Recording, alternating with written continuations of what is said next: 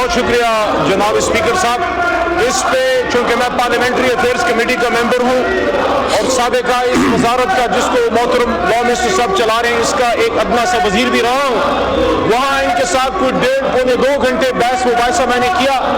अपने नुकात जो वहाँ रखे आपके सामने रखता हूँ और इस हाउस के सामने भी, और उसके बाद आप फैसला कीजिए कि क्या पाकिस्तान की पार्लियामान का ये काम है कि वो अपने सियासी मकासद के लिए एक सियासी जमात पार्लियामेंट को सुप्रीम कोर्ट पे हमला करने के लिए यूज करेगी। पहले मैं अपने कानूनी नुकात सामने रखता हूँ, फिर इस पर पॉलिटिकल 1 मिनट के अंदर बात करूंगा। पहली बात जनाब स्पीकर साहब ये है कि आप कानून साजी प्रोस्पेक्टिव करते हैं।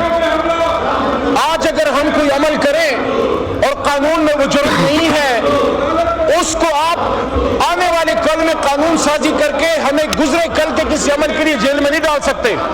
आज अगर मुझे कोई राइट मिल रहा है, मुझे कोई जायदाद में हिस्सा मिल रहा है, कानून के मुताबिक आज मेरा राइट है, तो कल कानून साजी करके आप मुझे उससे महरूम नहीं कर सकते।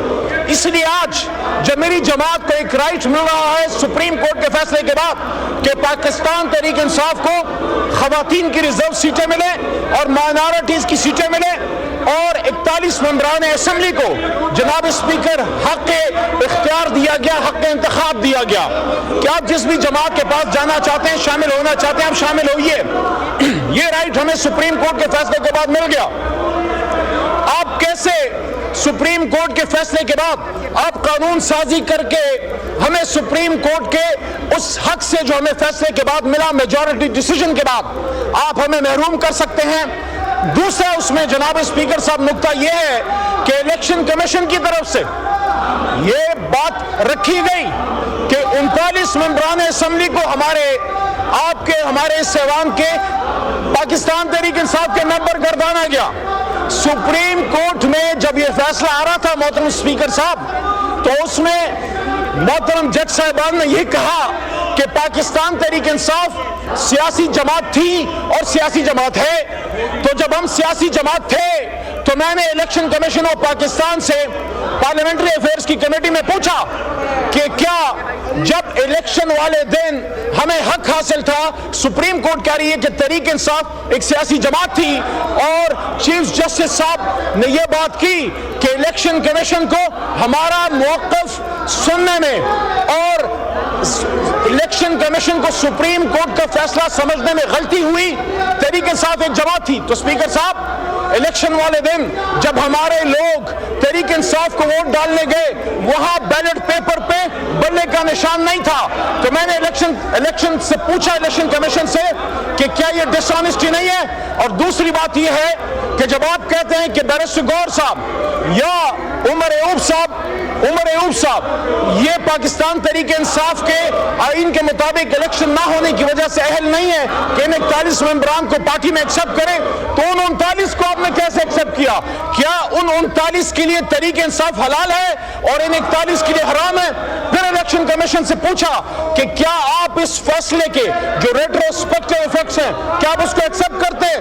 मजे की बात सुनिए, इलेक्शन कमीशन ने हुकूमत के रेट्रोस्पेक्टिव इफेक्ट के हक में बात नहीं की। इसलिए जनाब स्पीकर साहब हम एहतजाज कर रहे हैं, हमारे मेंबरान एहतजाज कर रहे हैं, हम इस बिल को रिजेक्ट करते हैं। ये सुप्रीम कोर्ट के ऊपर पार्लियामेंट की तरफ से हुकूमत हमला करवा रही है।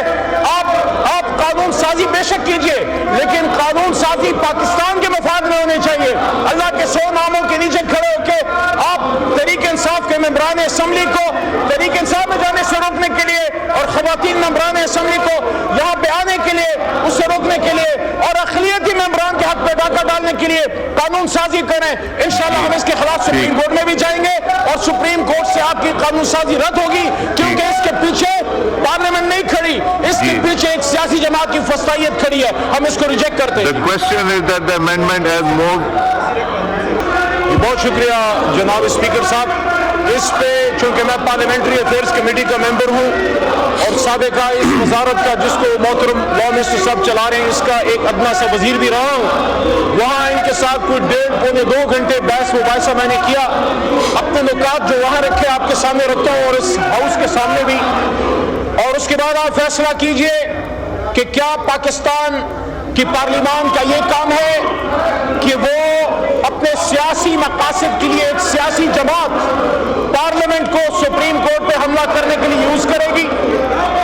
पहले मैं अपने कानूनी नुकात सामने रखता हूँ, फिर इस पर पॉलिटिकल 1 मिनट के अंदर बात करूंगा। पहली बात जनाब स्पीकर साहब ये है कि आप कानून साजी प्रोस्पेक्टिव करते हैं। आज अगर हम कोई अमल करें और कानून में वो जुर्म नहीं है, उसको आप आने वाले कल में कानून साजी करके हमें गुजरे कल के किसी अमल के लिए जेल में नहीं डाल सकते। आज अगर मुझे कोई राइट मिल रहा है, मुझे कोई जायदाद में हिस्सा मिल रहा है, कानून के मुताबिक आज मेरा राइट है, तो कल कानून साजी करके आप मुझे उससे महरूम नहीं कर सकते।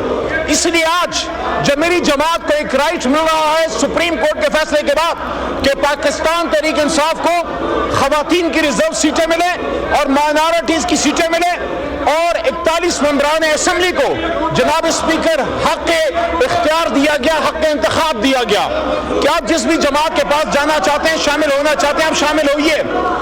ये राइट हमें सुप्रीम कोर्ट के फैसले के बाद मिल गया।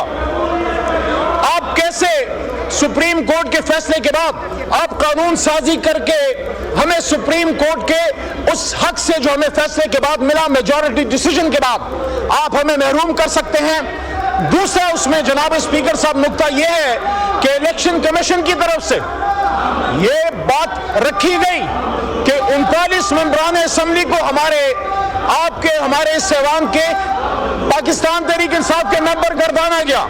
सुप्रीम कोर्ट में जब यह फैसला आ रहा था मोहतरम स्पीकर साहब, तो उसमें मोहतरम जज साहिबान ने यह कहा कि पाकिस्तान तहरीक इंसाफ सियासी जमात थी और सियासी जमात है। तो जब हम सियासी जमात थे तो मैंने इलेक्शन कमीशन ऑफ पाकिस्तान से पार्लियामेंट्री अफेयर्स की कमेटी में पूछा कि क्या जब इलेक्शन वाले दिन हमें हक हासिल था, सुप्रीम कोर्ट कह रही है कि तहरीक इंसाफ एक सियासी जमात थी और चीफ जस्टिस साहब ने यह बात की कि इलेक्शन कमीशन को हमारा मौक़िफ़ सुनने में और इलेक्शन कमीशन को सुप्रीम कोर्ट का फैसला समझने में गलती हुई, तहरीक इंसाफ एक जमात थी। तो स्पीकर साहब इलेक्शन वाले दिन जब हमारे लोग तहरीक इंसाफ को वोट डालने गए, वहां बैलेट पेपर पे बल्ले का निशान नहीं था। तो मैंने इलेक्शन से पूछा, इलेक्शन कमीशन से, कि क्या ये डिसऑनेस्टी नहीं है। और दूसरी बात ये है कि जब आप कहते हैं कि बैरिस्टर गौहर साहब या उमर अयूब साहब ये पाकिस्तान तहरीक इंसाफ के आईन के मुताबिक इलेक्शन ना होने की वजह से अहल नहीं है कि इन 41 मेंबरान को पार्टी में एक्सेप्ट करें, तो उन 39 को आपने कैसे एक्सेप्ट किया? क्या उन 39 के लिए तहरीक इंसाफ हलाल है और इन 41 के लिए हराम है? फिर इलेक्शन कमीशन से पूछा कि क्या आप इस फैसले के जो रेट्रोस्पेक्टिव इफेक्ट्स हैं, क्या आप उसको एक्सेप्ट करते हैं? मजे की बात सुनिए, इलेक्शन कमीशन ने हुकूमत के रेट्रोस्पेक्टिव इफेक्ट के हक में बात नहीं की। इसलिए जनाब स्पीकर साहब हम एहतजाज कर रहे हैं, हमारे मेंबरान एहतजाज कर रहे हैं, हम इस बिल को रिजेक्ट करते हैं। ये सुप्रीम कोर्ट के ऊपर पार्लियामेंट की तरफ से हुकूमत हमला करवा रही है। आप कानून साजी बेशक कीजिए, लेकिन कानून साजी पाकिस्तान के मफाद में होनी चाहिए। अल्लाह के 100 नामों के नीचे खड़े होकर आप तहरीक इंसाफ के मेंबरान असेंबली को तहरीक इंसाफ में जाने से रोकने के लिए और खवातीन मेंबरान असेंबली को यहाँ पे आने के लिए, उससे रोकने के लिए और अक़लियती मेंबरान के हक पे डाका डालने के लिए कानून साजी करें। इंशाअल्लाह हम इसके खिलाफ सुप्रीम कोर्ट में भी जाएंगे और सुप्रीम कोर्ट से आपकी कानून साजी रद्द होगी, क्योंकि इसके पीछे पार्लियामेंट नहीं खड़ी, इसके पीछे एक सियासी जमात की फस्तायत खड़ी है। हम इसको रिजेक्ट करते हैं। The question is that the amendment has moved